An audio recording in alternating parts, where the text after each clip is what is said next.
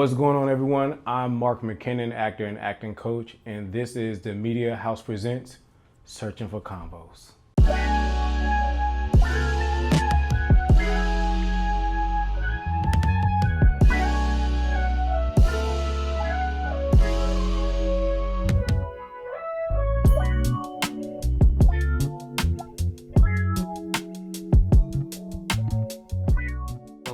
Welcome. Thank you so much. It's good to be here, man. All right, so like I said, the rules are simple. You get 4 rounds, a minute and 30 each round. Okay. We're gonna start the timer. Once you flip the page over, everybody ready? Now. Oh man, these letters are small.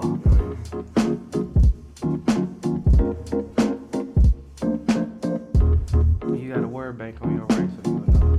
Okay.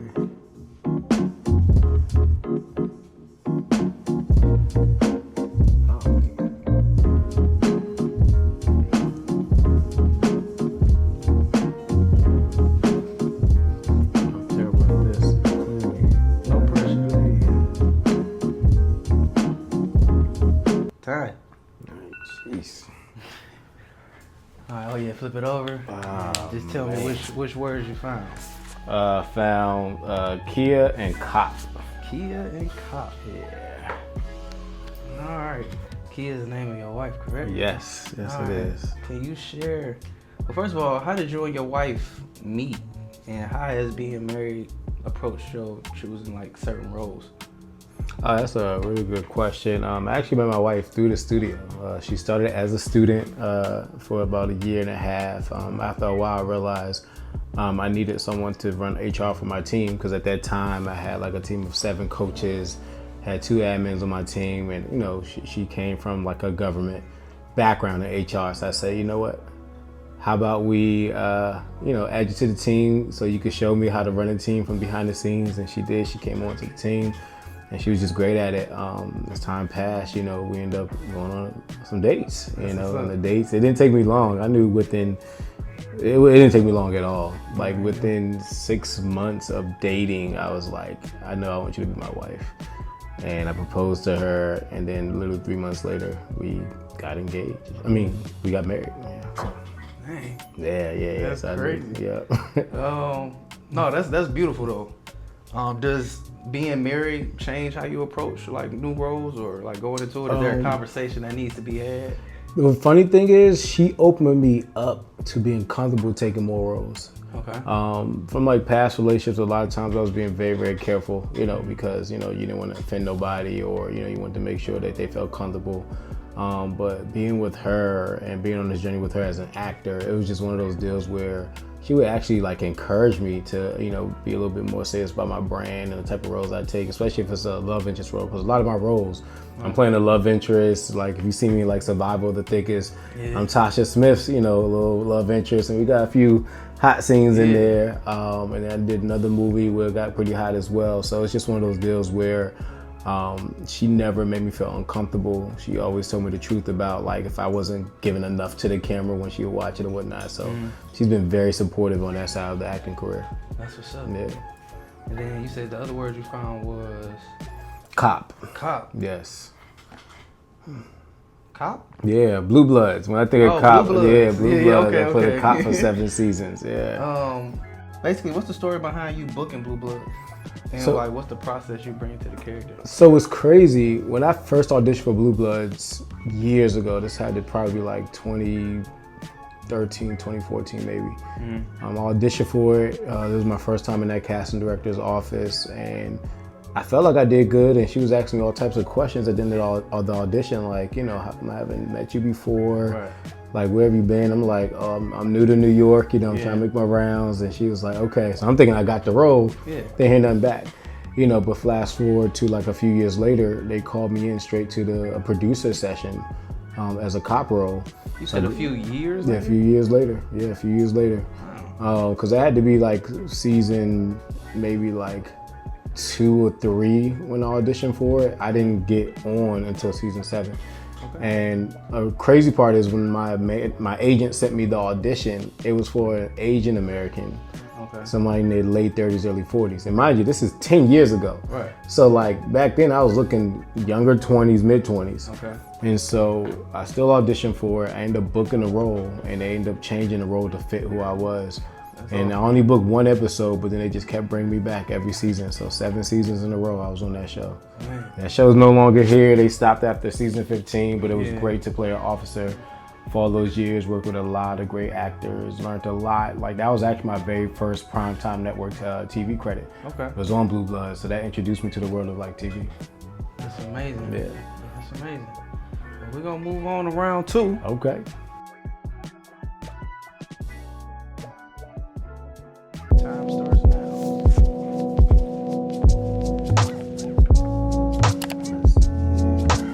Should I call them out loud when I find them or just wait? That's fine, you can.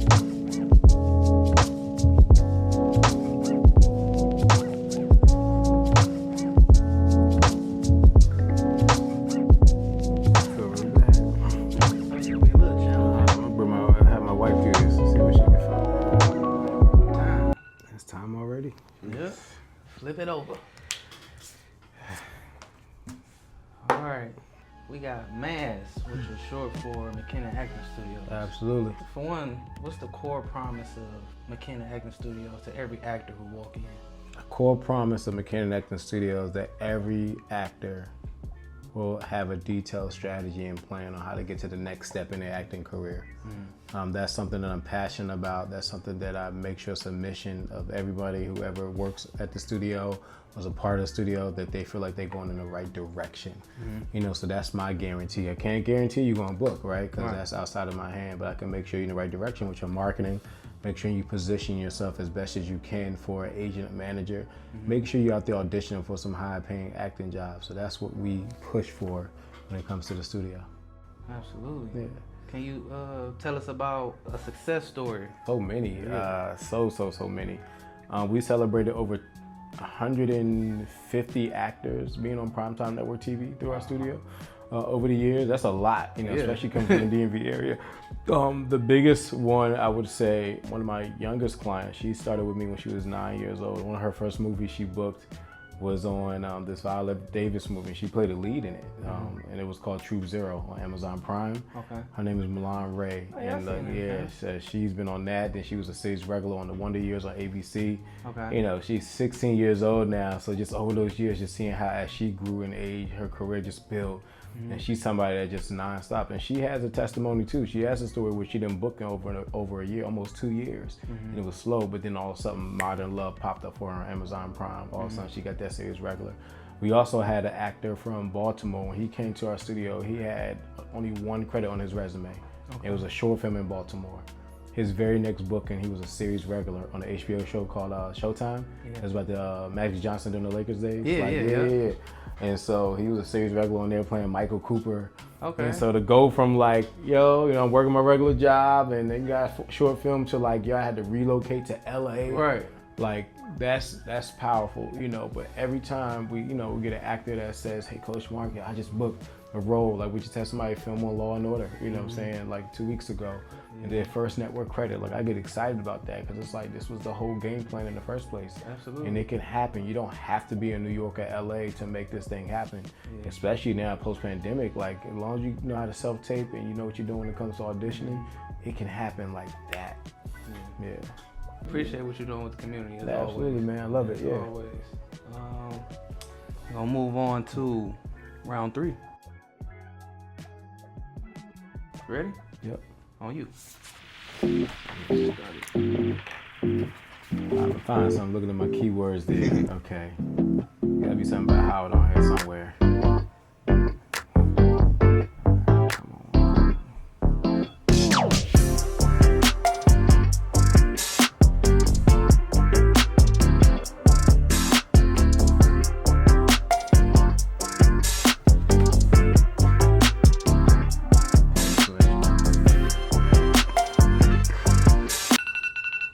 Time. Nah, yeah, I ain't found nothing that time. None that round? Nah, nothing. We're gonna flip it over. You are the first guest to not find a word. Oh, I'm sure. I'm saying? probably in the history of word search. Like, Maybe it's the pressure of the time, you know. You think that's what it is? I feel like the time be going by kind of slow. Nah, that felt Nah, fast. it go fast? I feel like 30 seconds. So we in round 3.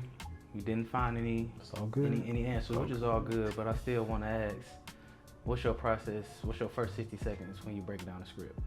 The first 60 seconds? Yeah. I read it to myself. Right. And then right away I ask either another actor or I might ask my wife. I might say, hey, can you read this out loud with me?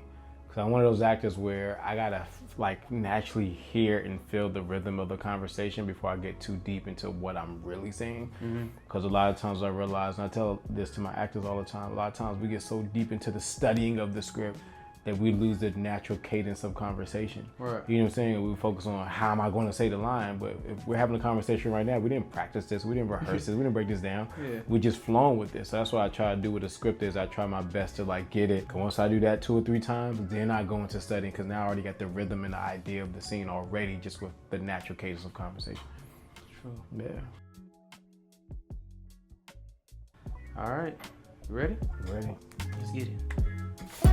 2 minutes. 2 minutes.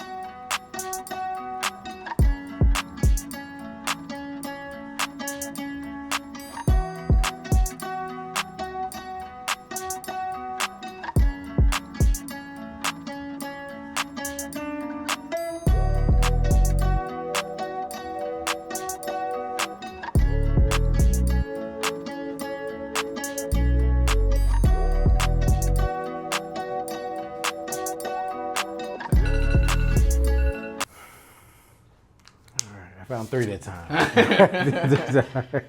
What was your first word? Found Howard University, Howard University. Kingstown, and then Kid. Kid? Yep. Your kid. Like I'm assuming my kid, yeah. First and foremost, what made you even go to Howard? What's crazy is my mom, she actually worked at Howard. She was a full-time staff member there in the psychology department. Howard wasn't my original plan because I was going around to different schools. I got recruited for football to a lot of schools. The thing is, at that time, when I was going around on my tours, I was looking for a good football school that also had a really good theater arts program because I knew I wanted to act at that time. But I also wanted to make sure the football program was good too. So the schools that I did get to go visit, a lot of them had classical theater. And I didn't want to do classical, I knew that. And so when it wasn't working out, I said, you know what, let me just go to Howard because I know they got a really dope theater arts program. And their football program was pretty cool. It wasn't like the best at that time, but it was like, they were starting over there, got a new coach, you know, that came into the program and whatnot. So I said, you know what, I'll just walk on to the football team there. But the best part about it was because my mom worked there, I had remission of tuition. Yeah. I didn't pay no tuition at all. Did you ever feel torn, like having to make a decision between football Absolutely. and acting? That's a big part of my journey because when Howard, you have to audition to even get into their theater arts program. You can't just show up and say, that's my major. And so when I walked into the audition room for Howard, they were like, we know you play football. And I was like, okay. And it was like, you can't be in our program if you're going to be playing ball. And I was like, what are you talking about? They was like, the schedules don't work, they don't match. I was like, well, I'll figure it out. I'm here to, pursue my passions. I'm gonna make it happen. Right. It's like no one has been able to do it. I was like, I'll be the first. They was like, well, you can't audition right now. So because it took me such a long process to actually get into that audition, I said in front of them, and I was lying to them. I was like, all right, I'll stop playing football, you know. And so I auditioned, got into the program, still walked into the football team, and then literally like maybe 3 weeks in, I booked the show at Howard, and we scheduled a rehearsal for that night. Earlier that day, I had a 5 a.m. practice with the football team. Guess what? That practice didn't go well. That's what the coach said. I'll see y'all back here. Right. And that night, you know what I'm saying? And so that was the first clash I had. Next thing you know, it happened again. 2 weeks later, it happened again. And it became a conflict, and that's why I said, you know what, I have to figure out like what I'm gonna do. Yeah. Because this is not gonna work. On top of you're a freshman, new coach, they brought other players in from their old school. So it's just like, I'm not gonna see no playing time for probably 2 years. And I'm here to study acting. You know what, let me just do it and I'll figure out football later on. And it just worked out that acting just became the primary breadwinner for me, and that's what I've been doing ever since. And then you said you also found Mayor of Kingstown? Yeah, Mayor of Kingstown. Yeah, that was my biggest job to date. Yeah, Mayor I of was gonna say, Kingstown. how did it feel working, across from Jeremy Renner? Mm-hmm. Like, what like different, I guess, techniques did you pick up? Oh man, it was great working with Jeremy. He made you feel so comfortable. He wasn't like this big Hollywood, like, don't come near me. He would come up to you and then he just wanted to like talk and see what's going on, you know? So he was really cool with that. One of the biggest things I walked away from that set was just the ease of acting. It's like I really found that out, because a lot of times when you like a co-star on a TV show, you show up, you say your line, you get off set, you don't get a chance to really get warm. You don't get a chance to really get to know the cast and crew, because you're there for your day and you leave. But on Mayor of Kingstown, I was filming in Pittsburgh for 4 months straight. So that literally was my full-time job for 4 months straight, was filming that movie. So you get so comfortable on set, you get to a place where like you don't feel the pressure of, am I good enough? Or am I saying this the right way? You know, you just comfortable just living your art, living your craft. And like you realize that, wait a minute, the audition process can be a lot harder than it is when you actually have the role and that role is yours. So that's what I learned from them, just the ease of conversation, like the role is yours, like just have fun with it, you know. Correct. Your daughter, is it Milan, like the city, yeah. Okay. How has becoming a father changed you as a person? And what's something that Milan has taught you about yourself? Man, it taught me how much I really miss having a father in my life. You know, my dad wasn't in my life after I turned 8. The next time I saw him was at his funeral when I was about 24, 25 years old. You know, so it's just one of those deals where the time I'm spending with her, seeing her smile, and when I come home, she's running to the door, waiting for me. It's like, man, I really missed it. I wish I could have done that. You know what I'm saying? Growing up and coming up whatnot. But she changed my life in a way of like, no matter how tired you are, no matter how busy you are, like, you know, you still gotta make time for her. You still gotta give her your best, not the tired you, but like the best you. You know, and she gives me that. So she's giving me that extra drive. She's giving me that extra push to kind of like really like man up and be about my business when it comes to being a father. My wife, she's just been a very, very great help me when it came to my schedule and, you know, balancing time with family and work or whatnot, you know, so it's just great to say that, like, I have a daughter. Sometimes it's like, it's crazy. I'm a late bloomer, like, you know what I'm saying? Because I didn't have her till I turned 38, you know, but it's just one of those deals. I mean, yeah, I mean, it's not, but then, you know, by the time she's 10, I'll be like 50 years old. Like, oh, man. But nah, it's one of those deals where I'm blessed to have her. She's already shown her skill level, her talent, what she can do, and I'm grateful. Absolutely. So I'm gonna give you some rapid fire. Okay. It's quick answers, no overthinking, just instant. Okay. Basically this or that. You ready? Okay. On set or on stage? Set. Method acting or natural flow? Natural flow. LA grind or Atlanta hustle? Ooh, probably Atlanta hustle. Love scene or action scene? Action scene. Scripted or improv? Scripted. Awards or impact? Impact. Private life or public love? That's private life. Private life. Yeah. Early call time or late night shoot? Early call time. Classic film or modern remake? Modern remake. Denzel or Will? Ooh, Denzel. Write the story or play the role? Play the role. Rejection or redirection? Redirection. Lights, camera, action or cut? That's a wrap. Lights, camera, action. And last but not least, faith or fate? Faith. Right. Mark McKinnon, do you have anything in 2026 that you have coming out or anything that you would like to promote? I definitely want to promote McKinnon Acting Studios, on camera acting studio right in Landover, Maryland. A lot of people don't know that DC is the 3rd biggest theater town in the United States, which means most of the schools around here is going to focus on theater acting, stage acting, which is great. What about those actors who want to study on-camera acting? So that's what we coming at. And not only do we do on-camera training, but we give you the business of acting and the strategies you need to build your career. So come out, www.mckinnonactingstudio.com is how you can learn more about our classes. We got private coaching, we got self-tape service. Trust me, whatever you need to get yourself going, we're gonna have it there. We start as young as 8 years old. You can be as old as 200 years old. Come on out, we'd love to have you. And our classes are hybrid, so whether you want to do it online or come into our studio, you have that option as well. I'm Mark McKinnon, and this is Media House Presents Searching for Convos. Bro, this was. I'm mad I can't find. Can I keep this? I'm gonna go home and figure this all out. The content, the quality, these cameras are top, top tier. You see what I'm saying? Yeah, I work. Me work.